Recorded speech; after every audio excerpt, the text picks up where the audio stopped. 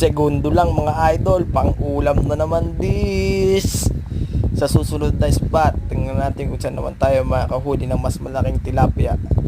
Balak kasi namin makahuli kami ng hito, tilapia. May isa, tawagin nila dito ko tamos, pero sa amin kasi tawag nun bulig sa taga. Segundo lang mga idol, pang ulam na naman to.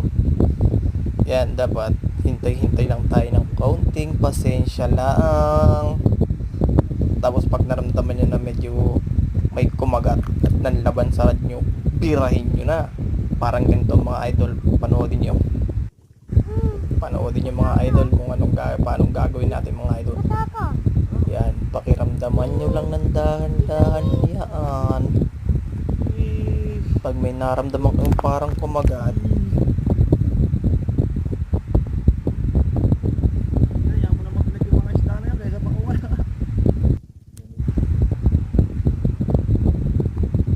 parang ganyan mga idol, yan, pirahin nyo na kaagad.